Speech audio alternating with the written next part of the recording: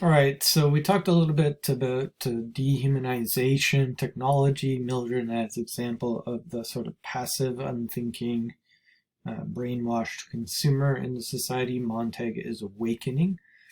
To skip down to page 42. Just going to check in our version here as well.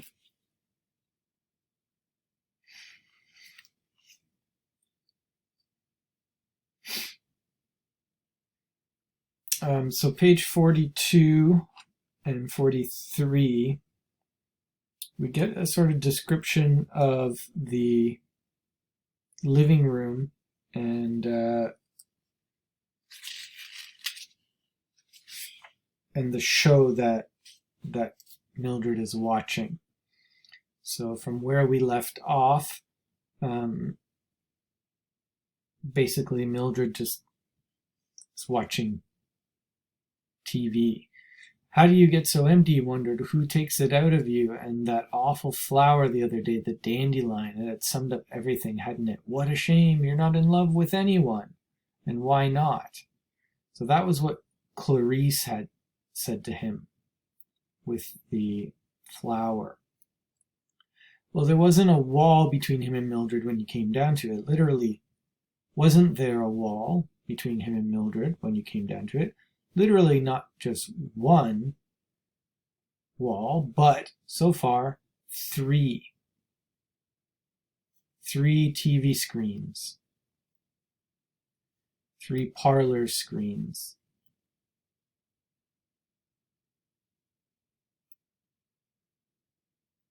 Between them.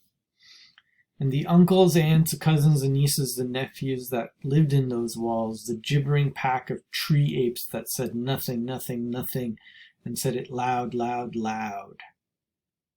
So here's her virtual family, and it's a description of the media type here, and so we get a critique of television here, which obviously was becoming a very popular technology at the time that the book was written. So TV is empty, shallow, and noisy.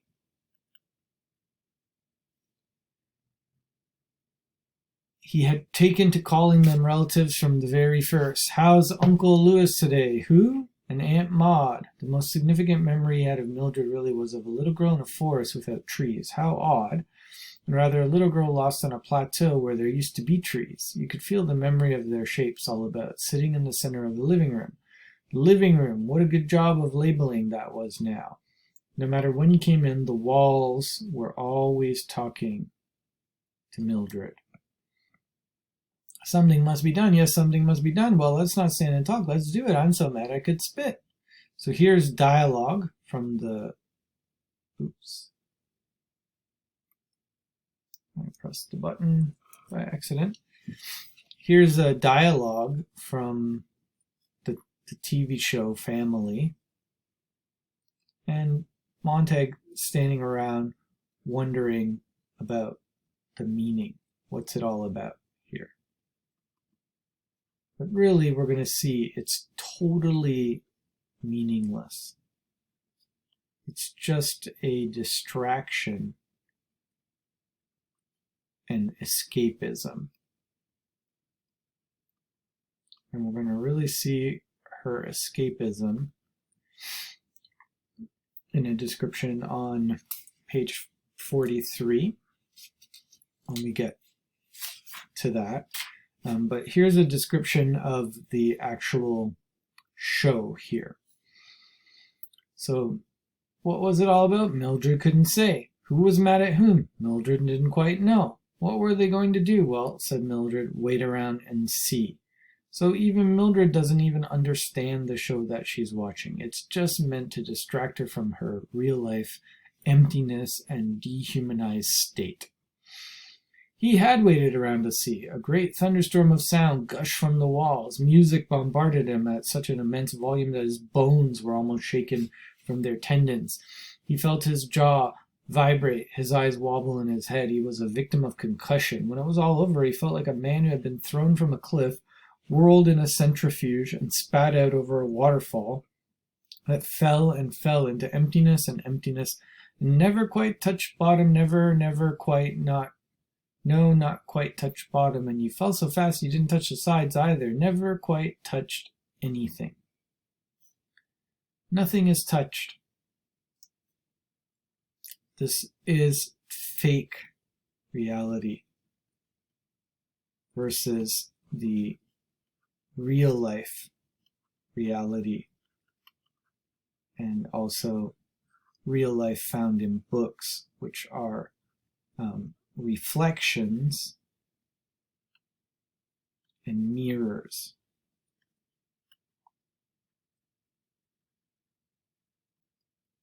Versus TV, okay, which is a screen,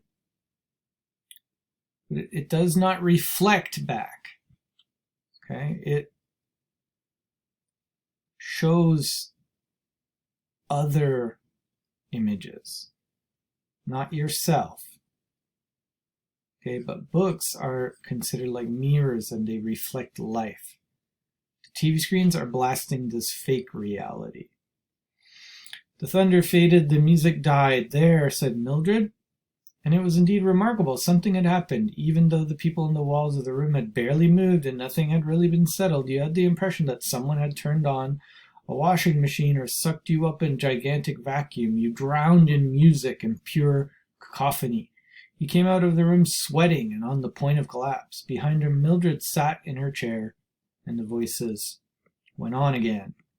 Well, everything will be all right now, said an aunt. Oh, don't be too sure, said a cousin. Now, don't get angry. Who's angry? You are. I am. You're mad. Why would I be mad? Because... It was all very well, cried Montag.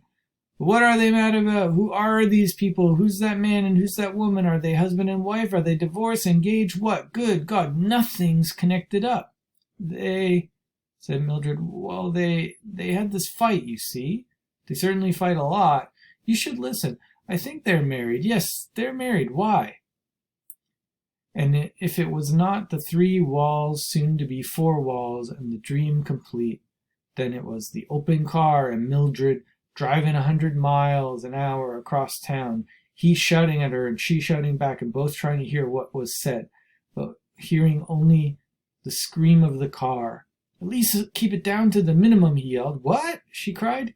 Keep it down to 55, the minimum, he shouted. The what? She shrieked. Speed, he shouted. And she pushed it up to 105 miles an hour and tore the breath from his mouth. When they stepped out of the car, she had the seashells stuffed in her ear. Silence, only the wind blowing softly. Okay, we get a description now of another form of escapism from Mildred,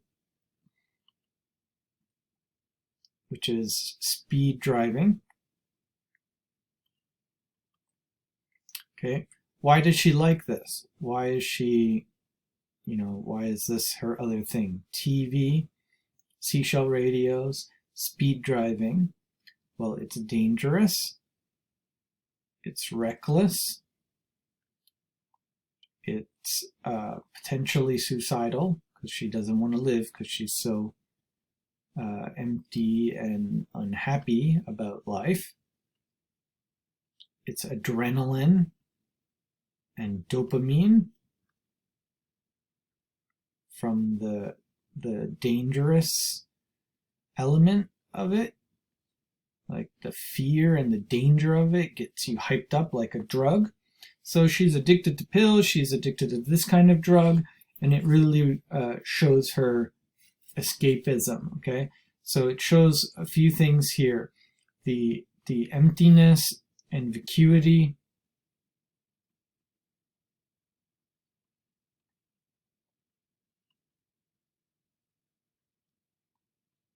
of the TV mass media,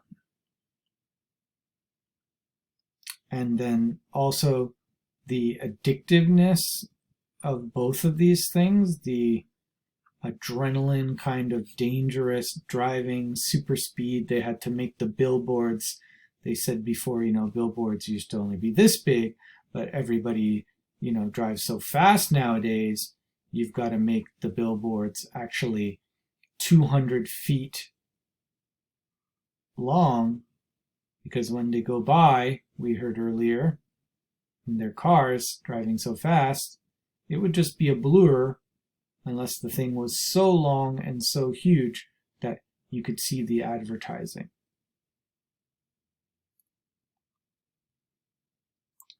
Okay, so everyone in the society seems to be addicted to this escapism, this dangerous behavior, not thinking, passive, loud, noisy kind of television programming that just distracts you. It's all distraction from thinking about yourself, reflecting on your own life, your own happiness, your own inner soul and mind. All of it is filling your mind with something else other than your own thoughts, so that you're passive, distracted, and controlled, rather than learning how to think and feel in your humanity.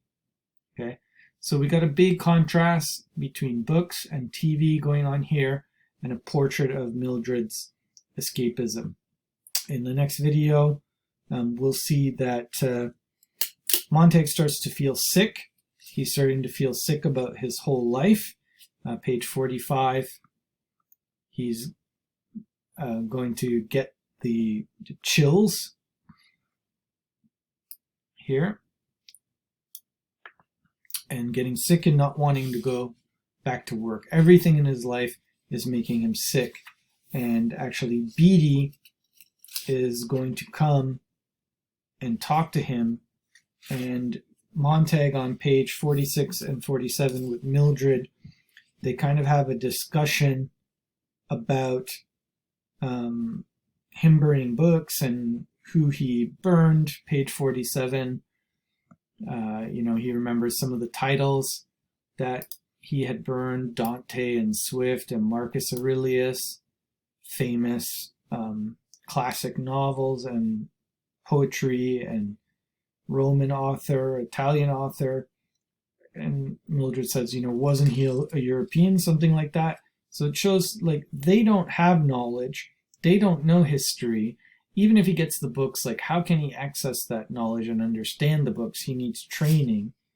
And Montag is just so sickened by it all that he doesn't want to go to work. Everything, his whole life is collapsing around him.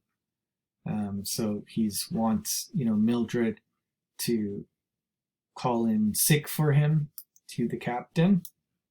She doesn't want to do it. And the captain is going to actually show up at their house in a moment. So that's what we'll look at the next video. Thanks.